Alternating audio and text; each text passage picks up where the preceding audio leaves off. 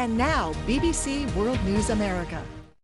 Ilan Nell there in Jerusalem. Well, for more on this incident, I'm joined by Daveed Gartenstein-Ross from the Foundation for the Defense of Democracies. Daveed, what more information have you heard out of Israel on what happened in Tel Aviv this evening? Thus far, there's not a great deal of information other than what just got reported. It's also known that the attackers, when they were in the cafe, posed initially as customers. They even ordered food before getting up and shooting. But thus far, it's typical of a lot of shootings in that not a lot of information is known about the attackers. They have been identified, the village they're from, the fact that their cousins has come out, but there's a lot of confusion, and I expect within a day or so there should be a much more comprehensive story. The reports also coming from authorities in Israel suggest that police had not picked up chatter before this. There hadn't been SIGINT particularly.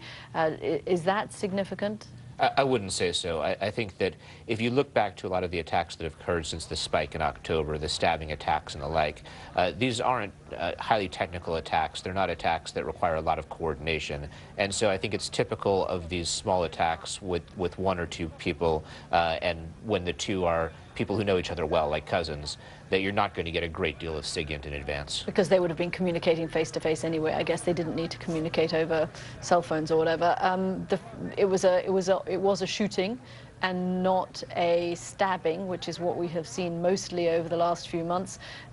Is that going to worry authorities? Yeah, absolutely. I mean, any sort of attack is going to worry authorities. This is kind of, does a shooting suggest something that's stepped up in terms of organization, or not necessarily to you? Not necessarily. I mean, the thing that you need really is access to firearms and then the ability to get them to the place where you carry out the attack.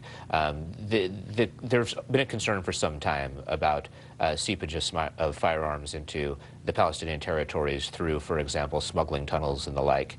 It does put a red flag up, but not one that is suggestive of a major change on the ground. It's quite rare for a terrorist attack to unfold and both of the suspects to be taken alive. How useful is this in terms of intelligence for Israeli authorities? It depends upon the nature of the attack. One thing they're going to be looking to is whether this was an organizationally led attack, whether it links back, for example, to Hamas or another militant group on the ground. If it doesn't link to... Does it look like that to you?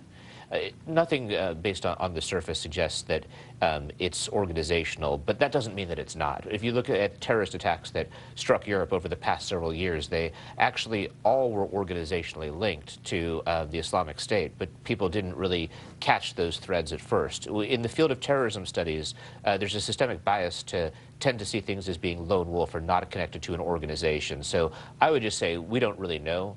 The signs aren't there that it is, but that doesn't mean anything. Daveed Gartenstein-Ross, thanks very much for coming in. My pleasure.